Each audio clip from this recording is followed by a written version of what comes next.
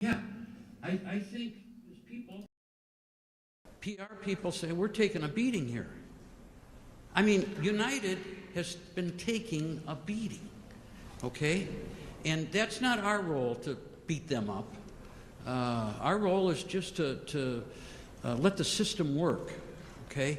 But they have been taking a beating, and I think, yeah, he was told, get out there.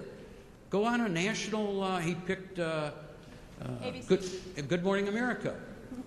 Okay, I'm sure he would have picked Charlie Rose if he could. The fact is, I'm sure.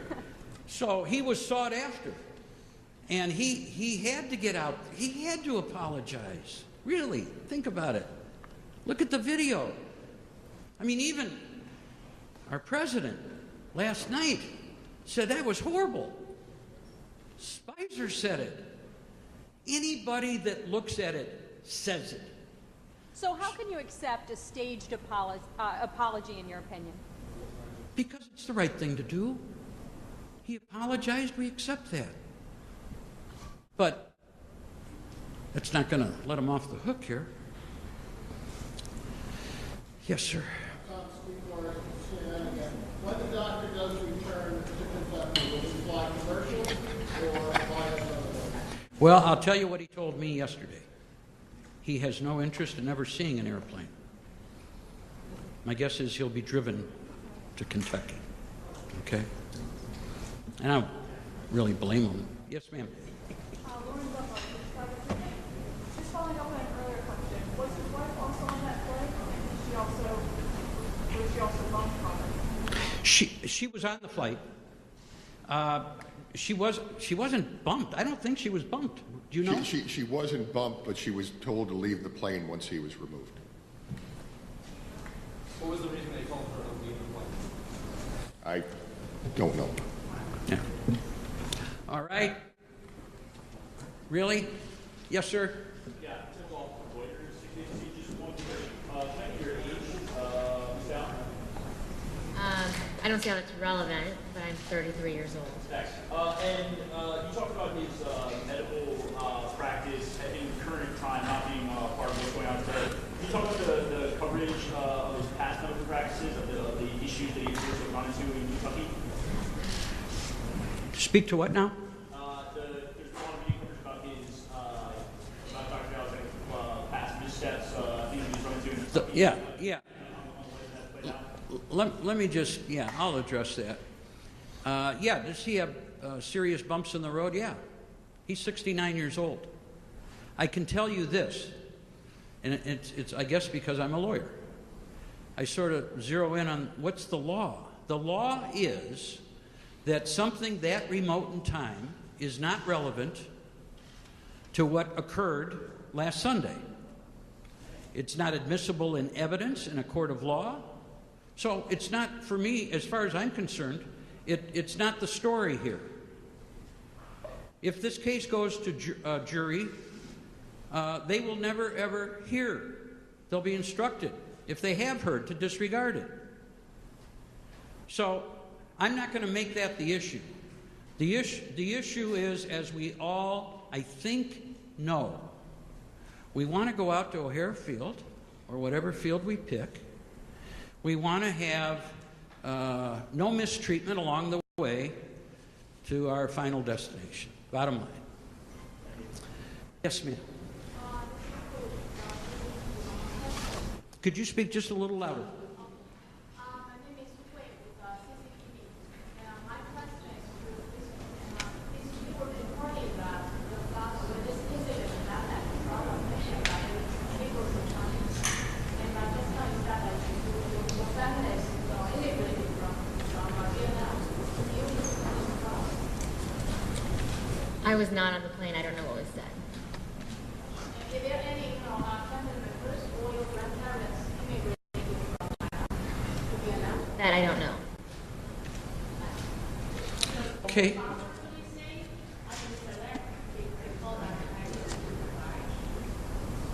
I don't know.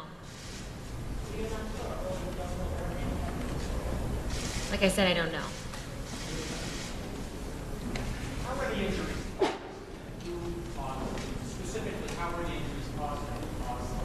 Well, they were caused by his removal from the airplane. So the three individuals involved, I don't know their names. We've requested them. We've requested, we've requested a lot of things that aren't in our control. The reason for my petition that we filed yesterday was because the City of Chicago and United have control of things we don't have control of. And believe it or not, sometimes things go missing, sometimes they disappear, and I want to make sure that doesn't happen. I don't know. If he was, I don't know that.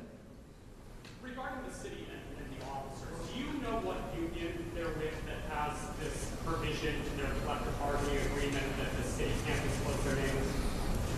I don't. Yes, sir. Do you know if these randomly selections of passengers is a common procedure? They just took it, they lost. I don't think so. I don't think so. Yes, sir.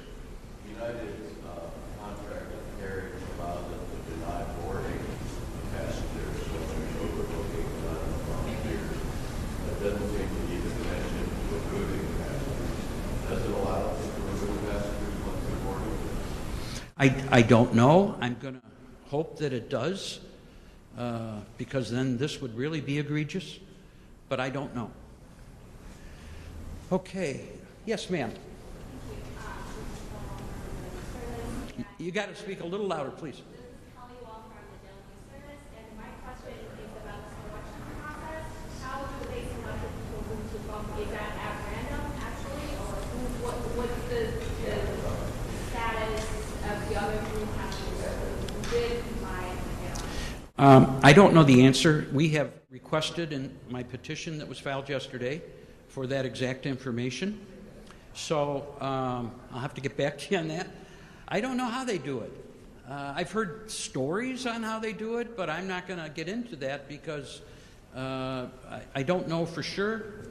So I'd like to be more exact. But, sorry, just to follow up, but you did say that you don't think race is part of the issue. I don't think so. I mean, no, that would really be adding insult to injury here, literally.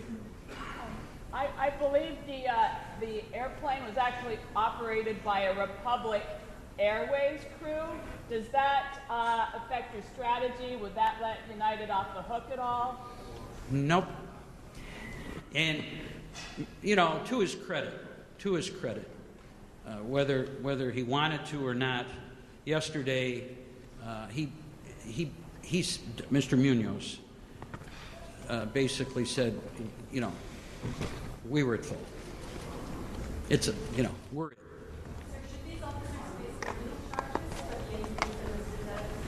That's, I'm a civil lawyer. I don't know. Okay. Of course. Do you believe that regulation is necessary? Both Chris Christie and Congresswoman Jan Schakowsky have come out pretty forcefully to talk about the issue of rebooking. Do you think that there is some sort of policy prescription? I applaud Jan for what she plans on doing, only because the airlines haven't self-policed themselves. So, you know, Donald Trump, one of his strong suits is, you know, government, we need to deregulate.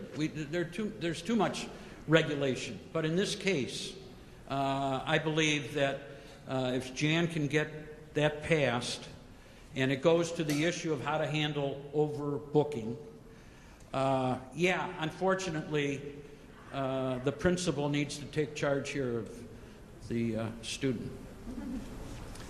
All right, I'll take two more questions, not from the Wall Street Journal, because I've done that. Yes, sir. Has the city of Chicago reached out to the family at all? No.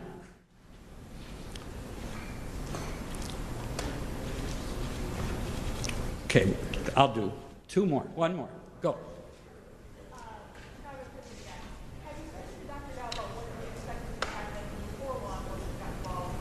I'm sorry. Have you spoken to Dr. Bell at all about what you're expecting to happen before law enforcement got involved? No, I haven't had any discussions like that, no. Yes, sir.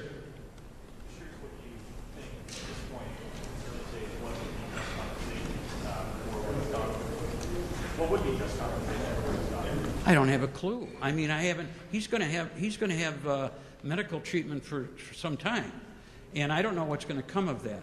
I haven't spoken to his doctors. I have no way of. I'm saying to you exactly what I say to clients who ask, "What's my case worth?" I don't know. I mean, there's too much.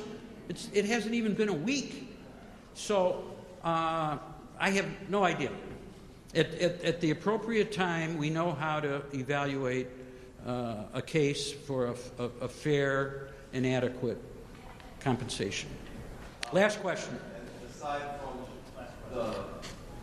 from the money involved, since the company has said, basically, we are at fault, it was our mistake, what specifically is left to litigate in a case? Well, I assume that United will. Mr. Munoz is the CEO. Believe me, he will have a team of lawyers who will get involved, and there will be a litigation. I would like to adopt everything you just said. End of story. But it's not that easy. So. I think that United will probably be interested in having the city of Chicago be involved, maybe equally, maybe some percentage-wise. But lawsuits are never as clear to a layman, if you will, as you would think they would be. Lawyers have a way of, making things more difficult. We'll try not to do that. I want to thank you on behalf of the family, and I hope I've been able to, we have been able to impart and give you our perspective on things. Okay, so have a good day.